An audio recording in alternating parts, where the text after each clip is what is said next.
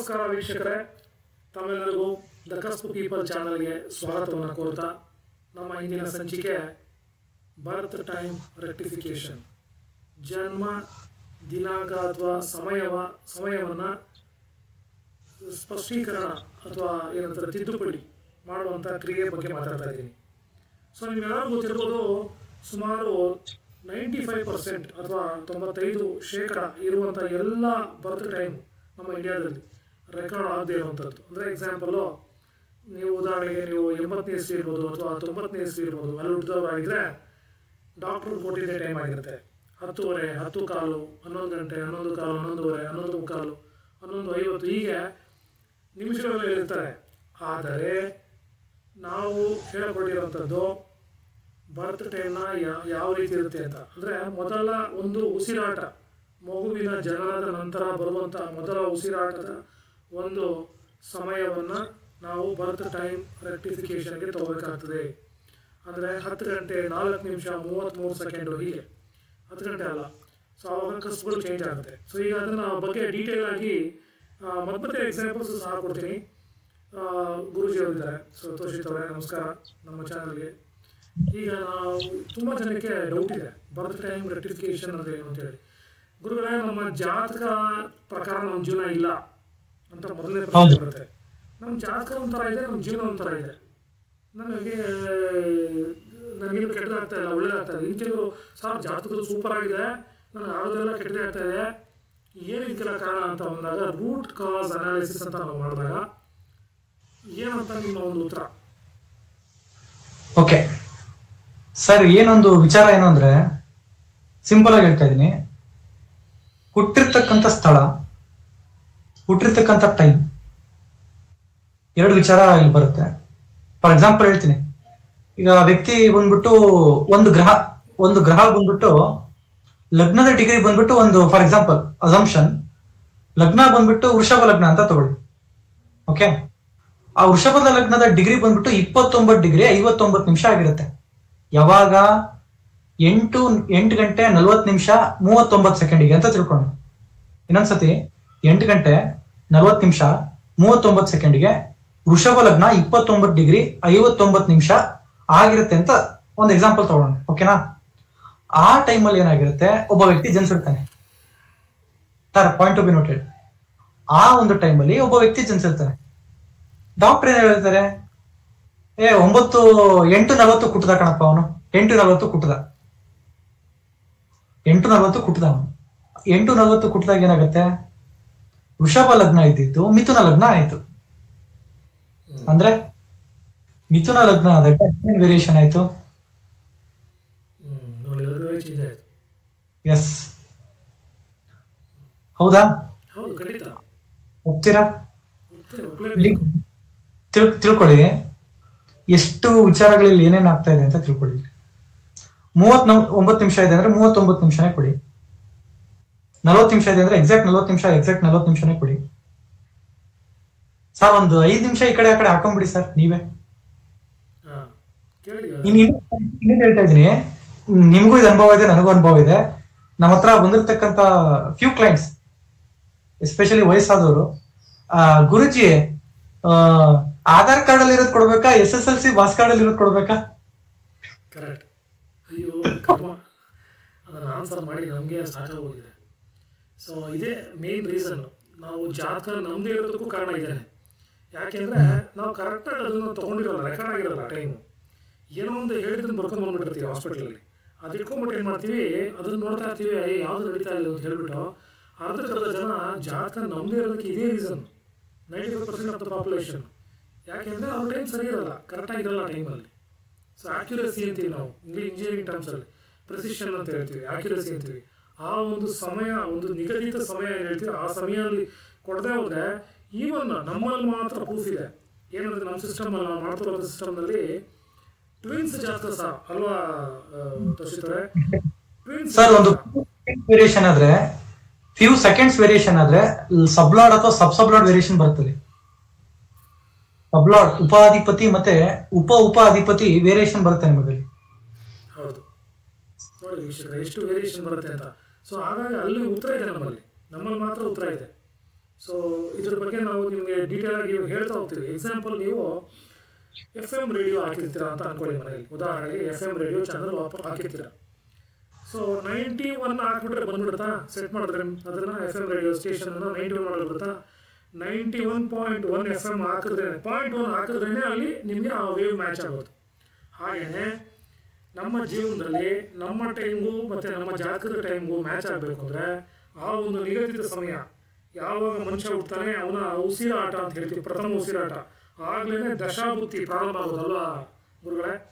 So ದಶಾಭುಕ್ತಿ ಪ್ರಾರಂಭ ಆಗುವಂಥ ಸಮಯ ಅದು. ಅವ ಭೂಲೋಕದಲ್ಲಿ ಬಂದು ಬಿದ್ದ ಅಂತಂದರೆ ಮುಗಿತಾ ಹೋಗ್ತಿದ್ರೆ ಅವನ ಒಂದು ಟೈಮ್ ಸ್ಟಾರ್ಟ್ಸ್ ನಾವು ಅಂತಾರಲ್ಲ ಹಾಗೆ. ಸೊ ಆ ಟೈಮ್ ಇದೆಲ್ಲ ಅದನ್ನ ಹಿಡಿಬೇಕು ನಾವು, ಕರೆಕ್ಟಾಗಿ ಹಿಡ್ಕೊಂಡು ಅಂದರೆ ಮಾತ್ರನೇ ನಮಗೆ ಜಾತಕಗಳಿಗೆ ಕರೆಕ್ಟಾಗಿ ಮ್ಯಾಚ್ ಆಗುತ್ತೆ. ಅಂದರೆ ಯಾವ ಯೋಗ ಇದೆ ಸರ್ ನಿಮಗೆ, ಅದು ಉಂಗುರ ಹಾಕೊಳ್ಳಿ, ಈ ಉಂಗುರ ಹಾಕೊಳ್ಳಿ, ಏನು ನಡೀತಾರೆ ಯೋಗ ಇಲ್ಲೆಲ್ಲ. ಉಂಗುರ ಹಾಕೊಳ್ಳಿ, ಚೆನ್ನಾಗಿದೆ ಜಾತಕ ನಿಮ್ಮದು, ರಾಜಯೋಗ ಇದೆ, ಆ ಯೋಗ ಇದೆ, ಚಾನ್ಸೇ ಇಲ್ಲ. ಸೊ 5 ನಿಮಿಷ ಆ ಕಡೆ ಈ ಕಡೆ ಮುಗಿತು. 5 ನಿಮಿಷ ಅಲ್ಲ, 1 ನಿಮಿಷ ವೇರಿಯೇಷನ್ ಇದ್ರೂ ತುಂಬ ತೊಂದರೆ ಆಗ್ಬಿಡುತ್ತೆ ಜಾತಕದಲ್ಲಿ. ಮಾಡೋಕ್ಕೆ ಟೆಕ್ನಿಕ್ ಇರಬೇಕು. ಜೊತೆಗೆ ಇವಾಗಿರುವಂಥ ಅವೈಲಬಲ್ ಸಾಫ್ಟ್ವೇರ್ ಏನುಗಳಿದ್ದಾವೆ ಅದೆಲ್ಲ ಅಪ್ಲೈ ಮಾಡಿ ನೋಡಬೇಕಾಗುತ್ತೆ. ಸೊ ಗುರುಗಳೇ ಅದ್ರ ಬಗ್ಗೆ ಸ್ವಲ್ಪ ಎಕ್ಸ್ಪ್ಲೇನ್ ಮಾಡಿ, ಹೇಗೆ ಕರೆಕ್ಷನ್ ಮಾಡ್ತೀರಾ ನೀವು ಅಂತ ಹೇಳಿ. ಕಸ್ಪಲ್ ಇಂಟರ್ಲಿಂಕ್ ಥಿಯರಿ ಅಂತ ಬರುತ್ತೆ. Cuspal interlink theory, sublord theory. ಈ ಕಸ್ಪ್ಗಳನ್ನ ಇಂಟರ್ಲಿಂಕ್ ಮಾಡ್ತಾ ಮಾಡ್ತಾ without even looking at the original planetary placement in the horoscope you can able to judge the situation of a person. ಯಾವ ಜಾತಕದಲ್ಲಿ ಕೂತಿರ್ತಕ್ಕಂಥ ಗ್ರಹಗಳ ಪ್ಲೇಸ್ಮೆಂಟ್ ನ ನೋಡದೆ ಕಸ್ಪನ್ನ ನೋಡ್ಬಿಟ್ಟು ಕಸ್ಪನ್ನ ಐಡೆಂಟಿಫೈ ಮಾಡಿ ಕಸ್ಪನ್ನ ಅಲೈನ್ಮೆಂಟ್ ಮಾಡ್ತಕ್ಕಂಥ ಒಂದು ಸಿಸ್ಟಮ್ ಕೂಡ ಇದೆ. ಕಸ್ಪಲ್ ಇಂಟರ್ಲಿಂಕ್ ಥಿಯರಿ ಅಂತ ಕರಿತೀವಿ ಇದನ್ನ. ಒಂದು ಹುಟ್ಟಿರ್ತಕ್ಕಂಥ ಒಂದು ವಿಚಾರ. ಆ ಕಸ್ಪು ಏನಾಗುತ್ತೆ ಅಂದ್ರೆ ಪ್ರತಿ 1 ನಿಮಿಷಕ್ಕೆ ಇಲ್ಲ 20 ಸೆಕೆಂಡ್ಗೆ ಕಸ್ಪು ಚೇಂಜ್ ಆಗ್ತಾ ಇರುತ್ತೆ. ಅದೊಂದು ಪಾಯಿಂಟ್ ಸರ್. ಇನ್ನೊಂದು ಪಾಯಿಂಟ್, ಬಹಳ ಜನ ಬರ್ತಾರೆ ಸರ್, ಒಂದು 10 ಗಂಟೆ ಹುಟ್ಟಿದೀನಿ ಅಂತ ನಮ್ಮ ಅಜ್ಜಿ ಹೇಳ್ತು, ನೀವು ಒಂದು 10 ಕಾಲ್ ಹಾಕೊಂಡ್ಬಿಡಿ ಸರ್. ಕಾಲ್ ಗಂಟೆಲಿ ತಿಳ್ಕೊಳ್ಳಿ, ಒಂದೊಂದು ಟೈಮ್ ಏನಾಗಿರುತ್ತೆ ಅಂದ್ರೆ ಈ ಸೂಕ್ಷ್ಮ, ಈ ಚಿಕ್ಕ ಚಿಕ್ಕ ಗ್ರಹಗಳು ಅಂತ ಕರಿತೀವಿ, ಅಂದ್ರೆ ಅವ್ರದ್ದು ಟೈಮ್ ಪೀರಿಯಡ್ ಚಿಕ್ಕದು. ಈ ಸೂರ್ಯಂದಾಗಿರ್ಬೋದು, ಮಂಗಳಂದಾಗಿರ್ಬೋದು, ಕೇತುದಾಗಿರ್ಬೋದು, ಅವರ ಟೈಮ್ ಪೀರಿಯಡ್ ಚಿಕ್ಕದು ದಶಾಭುಕ್ತಿ ಅಂತರ್ಭುಕ್ತಿಯಲ್ಲಿ. ಅವ್ರೇನಾದ್ರೂ ಆ ಟೈಮಲ್ಲಿ ಬಂದು ಹೋಗಿದ್ರೆ ನಮಗೆ ಅದು ಪ್ರಿಡಿಕ್ಟ್ ಮಾಡಕ್ ಆಗಲ್ಲ. 4 ಗಂಟೆ ಹಾಕೊಂಡ್ಬಿಡಿ, 20 ನಿಮಿಷ ಹಾಕೊಂಡ್ಬಿಡಿ. ಇನ್ನೊಂದು ಕಂಡೀಷನ್ ಬರುತ್ತೆ ಸರ್, SSLC ಮಾರ್ಕ್ಸ್ ಕಾರ್ಡ್ ತಗೊಂಡ್ಬಿಡಿ ಸರ್. SSLC ಮಾರ್ಕ್ಸ್ ಕಾರ್ಡ್ ಅಲ್ಲಿ 26ನೇ ತಾರೀಕು ಹೇಳಿದ್ರು, ಆಧಾರ್ ಕಾರ್ಡ್ ಅಲ್ಲಿ 28ನೇ ತಾರೀಕು ಹೇಳಿದ್ರು, ರೇಷನ್ ಕಾರ್ಡ್ ಅಲ್ಲಿ 30ನೇ ತಾರೀಕು ಹೇಳಿದ್ರು. ನಮ್ಮ ಅಜ್ಜಿನ್ ಕೇಳಿದೆ ಸರ್ 26ನೇ ತಾರೀಕು ಅಂತ ಹೇಳಿದ್ರು. ಹೀಗೆ ಈಗ ನೀವು ಎಷ್ಟೆಷ್ಟು ಸರ್ಕಸ್ಗಳು ಮಾಡಿದ್ದೀರಾ ಅಂತ ಹೇಳಿ. ಎಕ್ಸಾಂಪಲ್, ಯಾರೊಬ್ರು ಬಂದು ನಮ್ಮ ಕ್ಲೈಂಟ್ಗಳು ಕೇಳ್ತಾರೆ, ನಾವು ಯಾವ ರೀತಿ ಎಲ್ಲ ಹೋಗಿ ಸರ್ಕಸ್ ಮಾಡ್ತೀವಿ ಅಂತ ಒಂದು ಎಕ್ಸಾಂಪಲ್ ಕೊಡಿ. ನೀವು ಎಲ್ಲ ಒಂದು ಜಾಗಕ್ಕೆ ಹೋಗ್ತೀರಾ, ಬರ್ತೀರಾ ನೋಡಕ್ಕೆ, ಸ್ವಲ್ಪ ಹೇಳಿ ಅದ್ರ ಬಗ್ಗೆ, ಜನಕ್ಕೆ ಗೊತ್ತಾಗಬೇಕು ಎಷ್ಟು ಕಷ್ಟ. ತುಂಬಾ ಪ್ಯಾಷನೇಟ್ ಆಗಿ ಬರ್ತಾರೆ ಕೆಲವರು. ನನ್ನ ಒಂದು ಊರಲ್ಲಿ ತುಂಬಾ ವಯಸ್ಸಾದವರು, ತುಂಬಾ ಪ್ಯಾಷನ್, ಅಂದ್ರೆ ಅವ್ರಿಗೆ ಜ್ಯೋತಿಷ್ಯ ಗೊತ್ತಿತ್ತು, ಅಲ್ಪ ಸ್ವಲ್ಪ ಜ್ಯೋತಿಷ್ಯ ಜ್ಞಾನ ಇತ್ತು. ಕೃಷ್ಣಮೂರ್ತಿ ಪದ್ಧತಿ ಕೂಡ ಅವ್ರು ಅಧ್ಯಯನ ಮಾಡಿದ್ರು ತಮಿಳುನಾಡಿನಲ್ಲಿ ಇದ್ದಾಗ. ಆ ವ್ಯಕ್ತಿ ಚೆನ್ನೈಯಲ್ಲಿ ಫಾರೆಸ್ಟ್ ಆಫೀಸರ್ ಆಗಿ ವರ್ಕ್ ಮಾಡಿದ್ರು ಚೆನ್ನೈಯಲ್ಲಿ. ಅವರು ಇಲ್ಲಿ ಅಂದ್ರೆ ಹತ್ರ ಸೆಂಟ್ರಲ್ ಗೌರ್ಮೆಂಟ್ ಅಲ್ಲಿದ್ದಾಗ ಒಂದ್ ಸ್ವಲ್ಪ 8ನೇ ಮನೆ ಪ್ರಭಾವ, 8ನೇ ಮನೇಲಿ ಕೇತು ಏನೋ ಕೂತಿತ್ತಂತೆ, ಜ್ಯೋತಿಷ್ಯ ಕೇತು ಹೇಳ್ಕೊಂಡು ಹೋಗ್ಬಿಟ್ಟಿದ್ದಾನೆ ಜ್ಯೋತಿಷ್ಯಕ್ಕೆ. ಓಕೆ, ವ್ಯಕ್ತಿ ಏನೋ ಜ್ಯೋತಿಷ್ಯ 8ನೇ ಮನೇಲಿ ಕೇತು ಏನ್ ಗೊತ್ತಾಗಿದೆ ಯಾವಾಗಾದ್ರೆ BTR ಮಾಡಿದಾಗ, ಅದು ನಾನು ಆಮೇಲೆ ಬರ್ತೀನಿ. ಆ ವ್ಯಕ್ತಿಗೆ ಹುಟ್ಟಿರ್ತಕ್ಕಂಥ ಟೈಮ್ ಗೊತ್ತಿಲ್ಲ, ಟೈಮ್ ಏನು ಗೊತ್ತಿಲ್ಲ. ಟೈಮ್ ಅಂದ್ರೆ ಇನ್ ದ ಸೆನ್ಸ್ ಮಂತ್ ಕೂಡ ಗೊತ್ತಿಲ್ಲ ಅವರಿಗೆ. ಆ ವ್ಯಕ್ತಿ ಹೇಳಿರ್ತಕ್ಕಂಥ ವಿಚಾರ ಏನಂದ್ರೆ ಕನ್ಯಾ ರಾಶಿ ಚಿತ್ತ ನಕ್ಷತ್ರ ಅಂತ ಹೇಳಿದ್ರು. ನಾನು ಹುಟ್ಟಿದ್ದು ಭಾನುವಾರ, ಕನ್ಯಾ ರಾಶಿ ಚಿತ್ತ ನಕ್ಷತ್ರ ಬರುತ್ತೆ ಅಂತ ಹೇಳಿದ್ದು ಆ ವ್ಯಕ್ತಿ ಹೇಳಿದ್ದು. ನಾನು ಮಂತ್ ಎಲ್ಲ ಹಾಕ್ಬಿಟ್ಟೆ. ಸರ್ ಭಾನುವಾರ ಅಂತ ಹೇಳ್ತಾ ಇದ್ರೆ ಜೂನ್ ಮಂತ್ ಅಲ್ಲಿ ಭಾನುವಾರದ ದಿನ ಕನ್ಯಾ ರಾಶಿನೇ ಬರಲ್ಲ ಸರ್, ಯಾವ್ದು ಕರೆಕ್ಟ್ ಆಗಿ ನೋಡಿ ಅಂತ. ಆಮೇಲೆ ಇನ್ನೊಂದ್ಸತಿ ಥಿಂಕ್ ಮಾಡಿದೆ, ಇಲ್ಲ SSLC ಮಾರ್ಕ್ಸ್ ಕಾರ್ಡ್ ಅಲ್ಲಿ ಇನ್ನೊಂದು ಮಂತ್ ಇದೆ ಅಂತ, ಅದನ್ನು ಕೊಟ್ರು, ಅಲ್ಲೂ ಮ್ಯಾಚ್ ಆಗ್ಲಿಲ್ಲ. ಆಮೇಲೆ ಕ್ಯೂರಿಯಾಸಿಟಿ ಬಂತು. ಆ ವ್ಯಕ್ತಿ ಏನ್ ಮಾಡೋದು ಅಂದ್ರೆ ಅವ್ರು ಹುಟ್ಟಿರ್ತಕ್ಕಂಥ ಶಾಲೆ ಕರ್ಕೊಂಡು ಹೋದ್ರು ನನ್ನ. LKG UKG like pre nursery ಆಗಿನ ಕಾಲದಲ್ಲಿ ಇತ್ತದು. ಕರ್ಕೊಂಡು ಹೋದಾಗ ಬುಕ್ ಬರುತ್ತೆ ಗೊತ್ತಾ ಸರ್, ಒಂದು ಬುಕ್ ರೆಕಾರ್ಡ್ ಇರ್ತದ್ರಲ್ಲಿ ಯಾರ್ಯಾರು ಸಂಸ್ಥೆಯಲ್ಲಿ ಯಾವಾಗ ಓದಿದ್ರು ಅಂತ. ಆ ಬುಕ್ ತೆಗೆದಾಗ ಗೊತ್ತಾಯ್ತು ಈ ವ್ಯಕ್ತಿ ಹುಟ್ಟಿದ್ದು ಮೇ ಅಲ್ಲ ಏಪ್ರಿಲ್ ಅಂತ. ಏಪ್ರಿಲ್ ಭಾನುವಾರ ಚಿತ್ತ ನಕ್ಷತ್ರ ಕನ್ಯಾ ರಾಶಿ ಬರುತ್ತೆ, ಅವತ್ತು ಬರುತ್ತೆ April. Actually this is the reason. ಆ ದಿನ ಬರುತ್ತೆ. ಅದೆಲ್ಲ ಹೇಳಿದ್ಮೇಲೆ ಆ ವ್ಯಕ್ತಿ ಒಪ್ಕೋತಾನೆ, ಹೌದು ಕರೆಕ್ಟ್, 1 ತಿಂಗಳು ಸ್ವಲ್ಪ ಅದೇನೋ ಈ ಟೈಪ್ ಸಿಸ್ಟಮ್ ಇತ್ತಲ್ಲ ಸರ್, ಈ ತರ ಇಲ್ಲಿ ಕಿವಿ ಕೈ ಮುಟ್ತು ಅಂದ್ರೆ ಲೈಕ್ ಸ್ವಲ್ಪ ದೊಡ್ಡವರಾಗಿದ್ರೆ ಆಗಿದ್ರೆ ಅವಾಗ 1ನೇ ಕ್ಲಾಸು 2ನೇ ಕ್ಲಾಸಿಗೆ ಬಿಟ್ಕೋತಾರೆ ಅಂತಾರ ಅದಿತ್ತಂತೆ ಸಿಸ್ಟಮ್. ಇಷ್ಟೆಲ್ಲ ವಿಚಾರ ಬರುತ್ತೆ ನೋಡಿ. ಆಮೇಲೆ ಅಲ್ಲಿಂದ ಜಾತಕ ತೆಗೆದು ಟೈಮು, ಇನ್ನು ಈ ವ್ಯಕ್ತಿ ಸೆಂಟ್ರಲ್ ಗವರ್ಮೆಂಟ್ ಅಪಾಯಿಂಟ್ ಅಂದ್ರೆ ಕಸ್ಪು ಏನು ಅಂತ ನಿಮಗೂ ಗೊತ್ತು ನನಗೂ ಗೊತ್ತು. ಆಮೇಲೆ ಆ ವ್ಯಕ್ತಿ is A heart patient, cardiac stent ಹಾಕಿದ್ದಾರೆ ಹಾರ್ಟಿಗೆ. ಆ ಮೆಡಿಕಲ್ ಎಲ್ಲ ತಗೊಂಡ್ಬಿಟ್ಟು ಅಲ್ಲೆಲ್ಲ ಇಂಟರ್ಲಿಂಕ್ ಮಾಡಿ ಅದನ್ನ ಕೂರಿಸಿ, ಸಾರ್ ತಗೊಳ್ಳಿ ಸರ್, ನೀವು ಈ ಟೈಮಲ್ಲಿ ಹುಟ್ಟಿದ್ದೀರಾ, ನಿಮ್ಗೆ ಈ ತರ ರನ್ ಆಗ್ತಾ ಇದೆ ಸಿಸ್ಟಮ್, ಈ ಟೈಮಲ್ಲಿ ಇದು ಈ ತರ ಆಗುತ್ತೆ. And he was shocked and he was surprise.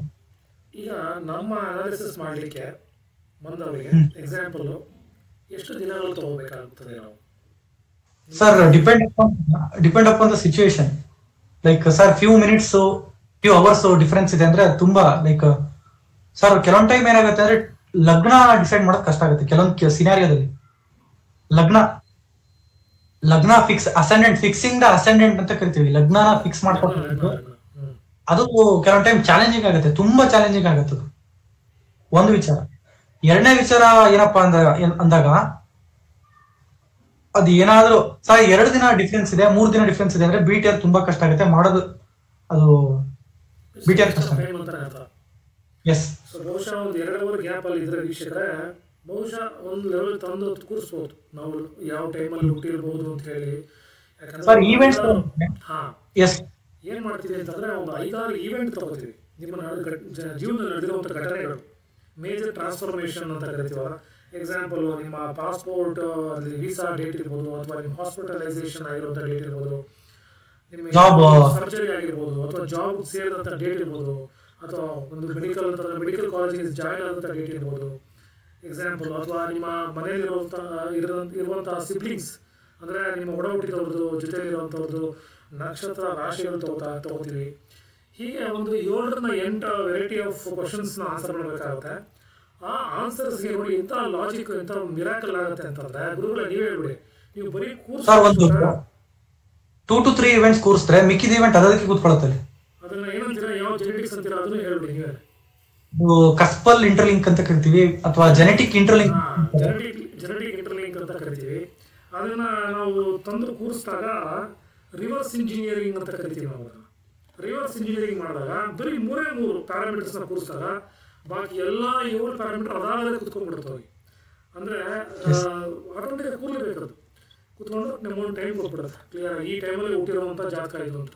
So ಅವಾಗ ಏನಾಗುತ್ತೆ ಅಂದರೆ ಆ ಜಾತಕದಲ್ಲಿ ಹುಟ್ಟಿದಂಥ ವ್ಯಕ್ತಿಗೆ ಈ ರೀತಿಯಾಗಿ ಆ ಫಲಗಳು ಬರ್ತಾ ಹೋಗುತ್ತೆ ಅಂತ ಒಂದು ಕ್ಲಿಯರ್ ಕಟ್ ಥಿಯರಿ ಪ್ರಾಕ್ಟಿಕಲ್ ಎರಡು ಮ್ಯಾಚ್ ಆಗುವಂಥ ಒಂದು ಸಮಯ ಅದು. ಆ ಸಮಯನ ತೊಗೊಂಡು ಇಟ್ಕೊಂಡ್ಬಿಟ್ರೆ ಜೀವನದಲ್ಲಿ ಸೊ ಎಲ್ಲ ದಶಾಭುಕ್ತಿ ನೀವು ದಿನವಶ ನೀವೇ ನೋಡ್ಕೊಂಡ್ಬಿಡ್ಬೋದು. ಏನಾಗ್ತಾ ಇದೆ ನಂದು, ಏನಾಗ್ತಾ ಇದೆ ಅಂತ ಹೇಳಿ ಅಲ್ಲಿ ಇಲ್ಲಿ ಕೇಳೋದು. ದಶಾಭುಕ್ತಿ ಪೀರಿಯಡಲ್ಲಿ ಯಾರು ಕೊಡ್ತಾ ಇದ್ದಾರೆ, ನಮ್ಮ ಕಾಂಬಿನೇಷನ್ಸ್ ಏನು ಅಂತ ನೋಡ್ಕೊಂಡ್ರೆ ನಮ್ಮದೇ ಗೊತ್ತಾಗ್ಬಿಡುತ್ತೆ ಏನಾಗ್ತಾ ಇದೆ ಅಂತ ಹೇಳಿ. ಸೊ ಅದು ನಿಮಗೆ ತಿಳಿಸ್ಕೊಡ್ಬೇಕಾಗಿತ್ತು ವಿಚಾರ. ಸೊ ಖಂಡಿತ ಸರ್. ಇಲ್ಲಿ ಇನ್ನೊಂದೇನಾಗಿದೆ ಅಂದ್ರೆ ಸಿಸ್ಟಮ್ ತುಂಬಾ ಇದೆ ಸರ್. ಇದು for example cuspal interlink theory ಅಂತ ಇದೆ, KP ಸಿಸ್ಟಮ್ ಇದೆ, ಪರಾಶರ ಸಿಸ್ಟಮ್ ಇದೆ, ಭೃಗುನಂದನ ನಾಡಿ ಇದೆ. KP ಸಿಸ್ಟಮ್ ಅಲ್ಲೇ ಮತ್ತೆ ವೆರೈಟಿ ಆಫ್ ಸಿಸ್ಟಮ್ ಇದೆ. ಅಡ್ವಾನ್ಸ್ ಲೆವೆಲ್ ಸ್ಟೆಲ್ಲರ್ ಅಸ್ಟ್ರಾಲಜಿ ಅಂತ ಕರಿತೀವಿ. ಸ್ಟೆಲ್ಲರ್ ಅಸ್ಟ್ರಾಲಜಿ ಆಗ್ಲೇ ನಾನು ಹೇಳಿರ್ಬೋದು, ಲೈಕ್ ಜಾತಕದಲ್ಲಿ ಕೂತಿರ್ತಕ್ಕಂಥ ಗ್ರಹಗಳನ್ನ ನೋಡದೆ, ಅದರ ಪೊಸಿಷನ್ ನೋಡದೆ, ಸಬ್ಲಾರ್ಡ್ ಮತ್ತೆ ಸಬ್ಸಾಬ್ಲಾರ್ಡ್ ಲೆವೆಲ್ ಅಲ್ಲಿ ಒಂದು ಈವೆಂಟ್ ತಂದು ಕೂರಿಸ್ತಕ್ಕಂಥದ್ದು, ಅಲ್ಲಿ ಕಸ್ಪನ ಇಂಟರ್ಲಿಂಕ್ ಮಾಡ್ತಕ್ಕಂಥದ್ದು, ಅದೊಂದು ಸಿಸ್ಟಮ್ ಇದೆ. ಬರ್ತ್ ಟೈಮ್ ರೆಟಿಫಿಕೇಶನ್ ಅಲ್ಲಿ ದೇರ್ ಆರ್ ವೇರಿಯಸ್ ಸಿಸ್ಟಮ್ ಇಂದ ಬರ್ತ್ ಟೈಮ್ ರೆಟಿಫಿಕೇಶನ್. ಅದಾದ್ಮೇಲೆ ಪ್ರಿಡಿಕ್ಟಿವ್ ಅಸ್ಟ್ರಾಲಜಿ ಅಂತ ತಗೊಂಡಾಗ ಅಲ್ಲೂ ಕೂಡ ಬೇರೆ ಸಿಸ್ಟಮ್ ಇದೆ. ಪ್ರಿಡಿಕ್ಟಿವ್ ಅಸ್ಟ್ರಾಲಜಿ ನಲ್ಲೂ ಕೂಡ ಬೇರೆ ಸಿಸ್ಟಮ್ ಇದೆ.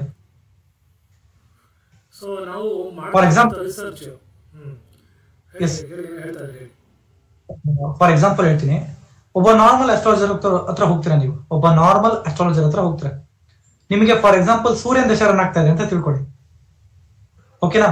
ಸೂರ್ಯ ತುಲಾ ರಾಶಿನಲ್ಲಿ, ನೆನ್ಪು ಮಾಡ್ಕೊಳ್ಳಿ, ಸೂರ್ಯ ತುಲಾ ರಾಶಿನಲ್ಲಿ 8ನೇ ಮನೇಲಿ ಬಂದು ಕೂತಿದೆ. ಓಕೆ, ಅವಾಗ ಒಬ್ಬ ನಾರ್ಮಲ್ ಅಸ್ಟ್ರಾಲಜರ್ ಏನ್ ಹೇಳ್ತಾರೆ, ಪರಾಶರ ಅವ್ರ ಕಲ್ತು, ಸೂರ್ಯ ನೀಚೆ ಆಗಿದೆ ಅಪ್ಪ, ತಂದೆ ಜೊತೆ ಸಂಬಂಧ ಸರಿ ಇರಲ್ಲ, ಮನೇಲಿ ಕಿರಿಕಿರಿ ಇರುತ್ತೆ, ಈ ತರ ಇರುತ್ತೆ, ಹೌದಾ? ಯಾಕಂದ್ರೆ ಸೂರ್ಯ ತಂದೆ ಕಾರಕ, ಅದು ಹೋಗಿ ನೀಚೆ ಆಗಿದೆ ತುಲಾ ರಾಶಿನಲ್ಲಿ. ಜನರಲ್ ಆಗಿ ಹೇಳ್ತಾರೆ ತಂದೆ ಜೊತೆ ರಿಲೇಶನ್ಶಿಪ್ ಸರಿ ಇರಲ್ಲ, ಅಥವಾ ಮನೇಲಿ ಕಿರಿಕಿರಿ ಇರುತ್ತೆ. ಅದೊಂದು general astrology. But KP system, ಈ ಕೆಪಿ ಸ್ಟೆಲ್ಲಾರ್ ಆಸ್ಟ್ರಾಲಜಿ ಪ್ರಾಕ್ಟೀಸ್ ಮಾಡೋರ ಹತ್ರ, ಕೃಷ್ಣಮೂರ್ತಿ ಪದ್ಧತಿ ಪ್ರಾಕ್ಟೀಸ್ ಮಾಡೋರ ಹತ್ರ ನೀವು ಹೋದ್ರೆ ಅವರು ಅವ್ರ ಸ್ಟೋರಿ ಹೇಳಲ್ಲ, ಮೇಜರ್ ಆಗಿ ಪಾಯಿಂಟ್ ಹೇಳ್ತಾರೆ. ಸೂರ್ಯ 8ನೇ ಮನೇಲಿ ಕೂತಿದ್ದಾನೆ, ಡಿಗ್ರಿ ವೈಸ್ 7ನೇ ಮನೆ ತಗೊಂಡಿದ್ದಾರೆ. ಸೂರ್ಯ ಕೂತಿರ್ತಕ್ಕಂಥ ನಕ್ಷತ್ರ ಬಂದ್ಬಿಟ್ಟು ವಿಶಾಖ ನಕ್ಷತ್ರ, ಅದರ ಅಧಿಪತಿ ಗುರು ಬಂದ್ಬಿಟ್ಟು 10ನೇ ಮನೆಯಲ್ಲೂ ಕೂತಿದ್ರು. ಓಕೆ, ನೆಕ್ಸ್ಟ್ ಸೂರ್ಯ ಕೂತಿರ್ತಕ್ಕಂಥ ಸಬ್ಲಾಡ್ ಬಂದ್ಬಿಟ್ಟು ಕೇತು ಬಂದ್ಬಿಟ್ಟು 11ನೇ ಮನೆಯಲ್ಲೂ ಕೂತಿದೆ. ಸೊ ಕಾಂಬಿನೇಷನ್ ಏನಾಯ್ತು, 7, 10, 11 ಕಾಂಬಿನೇಷನ್ ಆಯ್ತು. ನೋಡಪ್ಪ, ನಿನಗೆ ಒಳ್ಳೆ ಬಿಸ್ನೆಸ್ ಮಾಡೋ ಯೋಗ ಇದೆ, ನೀನ್ ಬಿಸ್ನೆಸ್ ಮಾಡೋದ್ರೆ ಮಾಡು ಸೂರ್ಯನ ದೇಶದಲ್ಲಿ. You are having a very wonderful fantastic business ಮಾಡ್ತಕ್ಕಂಥ ಯೋಗ. So there is a variety of difference ತುಂಬಾ. ಅದು ಪ್ರಾಕ್ಟಿಕಲ್ ಅಸ್ಟ್ರಾಲಜಿ ಸರ್. ಅದು ನಾನು ನಿಮ್ಗೆ ಹೇಳಿದ್ನಲ್ಲ ಅಸ್ಟ್ರಾಲಜಿ ಅಂತ ಹೇಳಿದ್ನಲ್ಲ. ಸೂರ್ಯ 7ನೇ ಮನೇಲಿ ಕೂತಿದೆ. ಸೂರ್ಯ ರೂಲ್ ಮಾಡ್ತಕ್ಕಂಥ ಮನೆ ಬಂದ್ಬಿಟ್ಟು ಮೀನ ಲಗ್ನಕ್ಕೆ ಸೂರ್ಯ 6ನೇ ಮನೆ ಅಧಿಪತಿ ಆಗ್ತಾನೆ. ಸೊ ಅಲ್ಲಿ 6, 8 ಅಂತ ಆಯ್ತು. 6, 8 ಒಂದ್ ವಿಚಾರ ಬಂತು. ಸೂರ್ಯ ಕೂತಿರ್ತಕ್ಕಂಥ ನಕ್ಷತ್ರ ಬಂದ್ಬಿಟ್ಟು ಈಗ ನಾನು ಆಲ್ರೆಡಿ ಹೇಳಿದೆ, ಗುರುವಿನ ವಿಶಾಖ ನಕ್ಷತ್ರ ಗುರು 10ನೇ ಮನೆ ಅಂದ್ರೆ ಆ ಒಂದು ಲಗ್ನಕ್ಕೆ ಧನುರಾಶಿ ಬರುತ್ತೆ, ಮೀನ ಲಗ್ನಕ್ಕೆ. ಅಲ್ಲಿ ಲಗ್ನಾಧಿಪತಿ 110 ಕಾಂಬಿನೇಷನ್ ಆಯ್ತು. 1ನೇ ಮನೆ ಅಧಿಪತಿ 10ನೇ ಮನೆ ಅಧಿಪತಿ. 6, 8 ಪ್ಲಾನೆಟ್ ಲಾರ್ಡ್. ನಕ್ಷತ್ರ ಲಾರ್ಡ್ ಬಂದ್ಬಿಟ್ಟು 1, 10.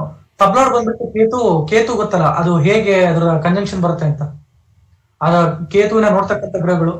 ಸೊ ಅಲ್ಲಿ 11th ಹೌಸಲ್ಲಿ ಕೂತಿದೆ ಅಂದ ತಕ್ಷಣ 11, 2, 5, 7, 11, 4, 11 ಇದನ್ನೆಲ್ಲ ಕಂಟ್ರೋಲ್ ಮಾಡ್ಬಿಟ್ಟು ನೀವೊಬ್ರು KP ಆಸ್ಟ್ರಾಲಜರ್ ಹತ್ರ ಹೋದಾಗ ಅಥವಾ ಸ್ಟೆಲ್ಲರ್ ಆಸ್ಟ್ರಾಲಜರ್ ಹತ್ರ ಹೋದಾಗ ಅವ್ರು ಹೇಳ್ತಕ್ಕಂಥದ್ದು, ಸೊ ನಿನಗೆ ಈ ಒಂದು ಕಾಂಬಿನೇಷನ್ಸ್ ಇದೆ, ನಿನಗೆ 7, 10, 11 ಜೊತೆಗೆ 4, 11, 8, 10. ಸೊ ಈ ತರ ಇದೆ ಕಣಪ್ಪ, ನೀನು ಬಿಸ್ನೆಸ್ ಮಾಡ್ಬೋದು, ರಿಯಲ್ ಎಸ್ಟೇಟ್ ಮಾಡ್ಬೋದು, ಮನೆ ಕಟ್ಬೋದು, ನಿನಗೆ ಈ ಟೈಮಲ್ಲಿ ಮದುವೆ ಆಗೋ ಚಾನ್ಸಸ್ ಇರುತ್ತೆ. ಶಾಕ್ ಆಗಲ್ವಾ ಅದು? ಅಲ್ಲ, ನನ್ನ ಜಾತಕದಲ್ಲಿ ಸೂರ್ಯ ನೀಚ ಆಗಿದೆ ಅಂತ ಹೇಳ್ತಾರೆ, ಸೂರ್ಯ ನೀಚ ಆಗಿದೆ. ಬಟ್ ಇವರೇನೋ ಬೇರೆ ಬೇರೆ ಹೇಳ್ತಾ ಇದ್ರಲ್ಲ ಈ ಜ್ಯೋತಿಷರು, ಹೇಗೆ ಥಿಂಕ್ ಮಾಡಿ. Yes, not only degree wise, ಅದು ಪ್ರಾಕ್ಟಿಕಲಿ ಏನ್ ರಿಸಲ್ಟ್ ಕೊಡ್ತಾ ಇದೆ ಅಲ್ಲಿ.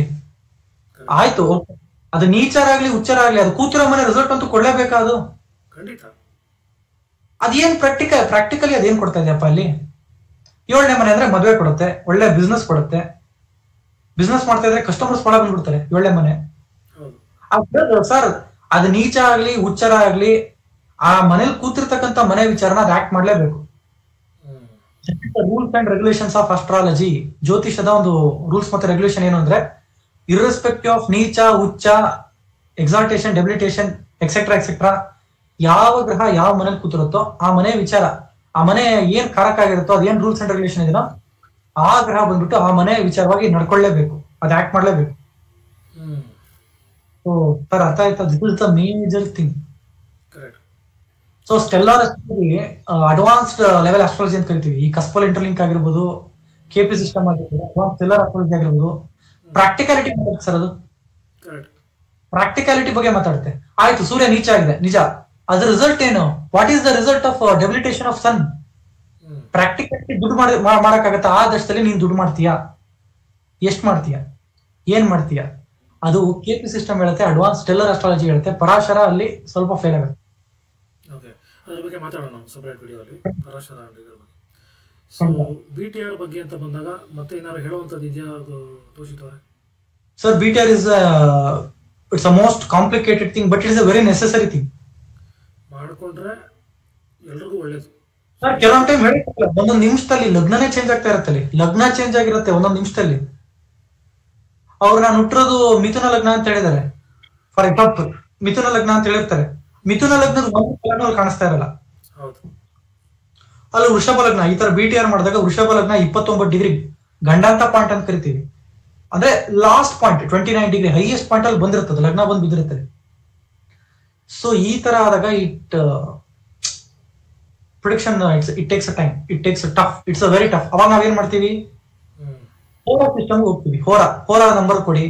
ಇನ್ ಜನರಲ್ ಆಗಿ ಪ್ರಶ್ನಾಶಾಸ್ತ್ರ ಅಂತ ಕರಿತೀವಿ. ಸೊ ಒಂದು ಅಡ್ವಾನ್ಸ್ ಲೆವೆಲ್ ಭಾಷೆನಲ್ಲಿ ನಾವೇನ್ ಹೇಳ್ತೀವಿ ಅಂದ್ರೆ, ಹೋರಾ ಪದ್ಧತಿ 1 ರಿಂದ 249 ಒಂದು ಸಬ್ಲಾಡ್ ನಂಬರ್ ಕೊಡಿ. KP ಹೋರಾ ಸಿಸ್ಟಮ್, ಕೃಷ್ಣಮೂರ್ತಿ ಪದ್ಧತಿಯ ಒಂದು ಹೋರಾ ಸಿಸ್ಟಮ್. ಆ ನಂಬರ್ ನ ಪ್ರಶ್ನೆಗೆ ಲಿಂಕ್ ಮಾಡ್ಬಿಟ್ಟು, so we are going to give them a prediction.